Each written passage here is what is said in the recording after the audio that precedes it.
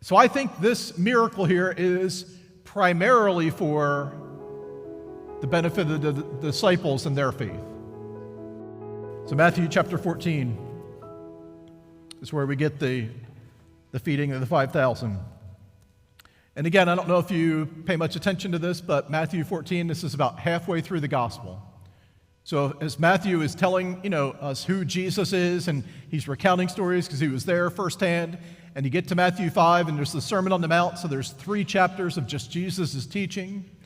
And then he goes into these stories of the miracles, and it's almost, maybe not necessarily the pinnacle, but kind of the halfway through part of the book. He wants to tell us this miraculous story, but it comes into context because Jesus was fully human in addition to being fully God. Right before this, Matthew tells us that John the Baptist has been killed.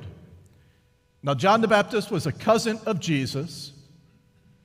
His mother Mary, Jesus' mother Mary, her cousin Elizabeth had a baby named John. So Jesus knew John very well.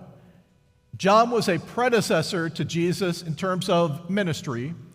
Many of Jesus' disciples started out as disciples of John, and so Jesus is grieving. His disciples are grieving, and the ministry needs continue just to pour on. Life goes on regardless of what's facing us and coming at us emotionally.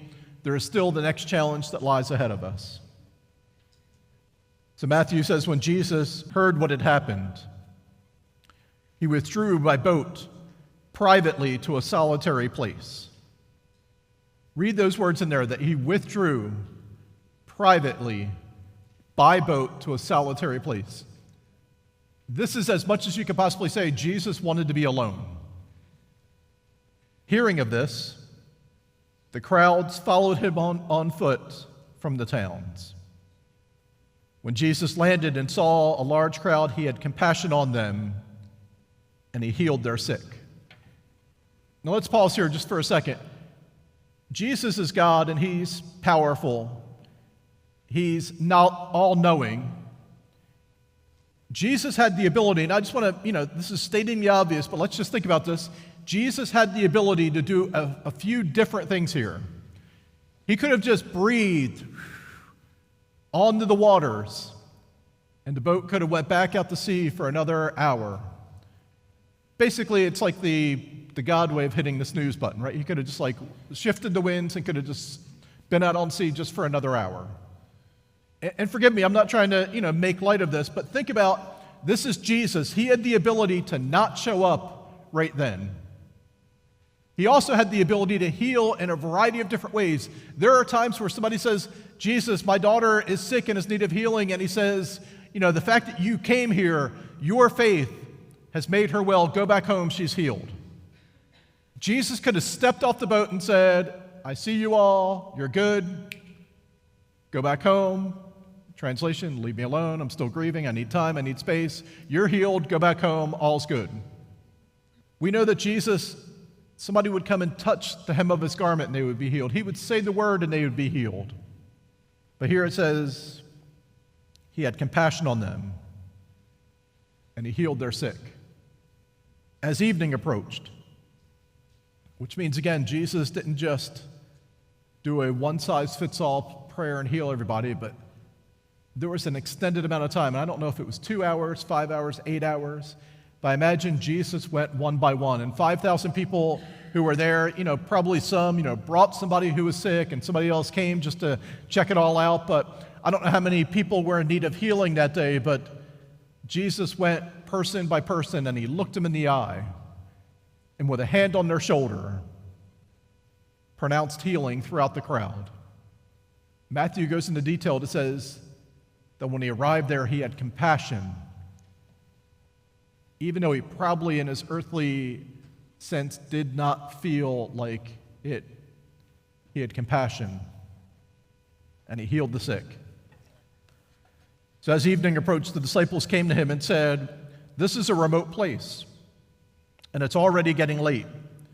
Send the crowds away so they can go to the villages and buy themselves some food. Jesus replied, they do not need to go away. You give them something to eat. "We have here only 5 loaves of bread and 2 fish," they answered. "Bring them here to me," he said. And he directed the people to sit down on the grass. Taking the 5 loaves and the 2 fish and looking up to heaven, he gave thanks and he broke the loaves. Then he gave them to his disciples, and the disciples gave them to the people. They all ate and were satisfied. And the disciples picked up 12 basketfuls of broken pieces that were left over. And the number of those who ate that day was about 5,000 men, besides women and children. So inside of this miracle, that we know and we've heard about and, we've discussed in Sunday school classes growing up, or you've seen pictures of, maybe even cartoons or films about.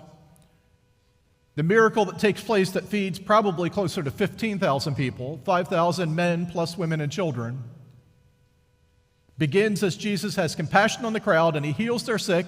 Now again, if you think Jesus could have spent more time on the boat, he could have, pronounced healing in a one-size-fits-all prayer, he could have sent them away, but he takes the entire day, person by person, and he heals them. This has already been a tremendous day.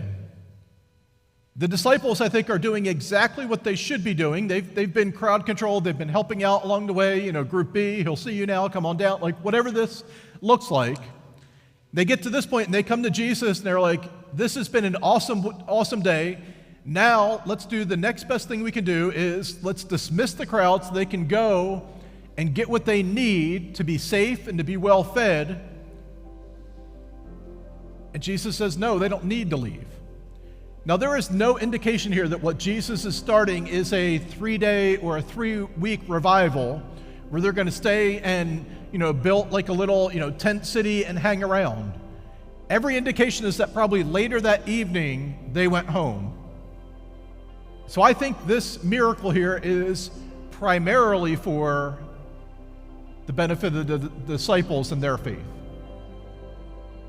Granted, 15,000 people ate a meal, but the disciples had the invitation to take part in and to witness firsthand the power of who Jesus is.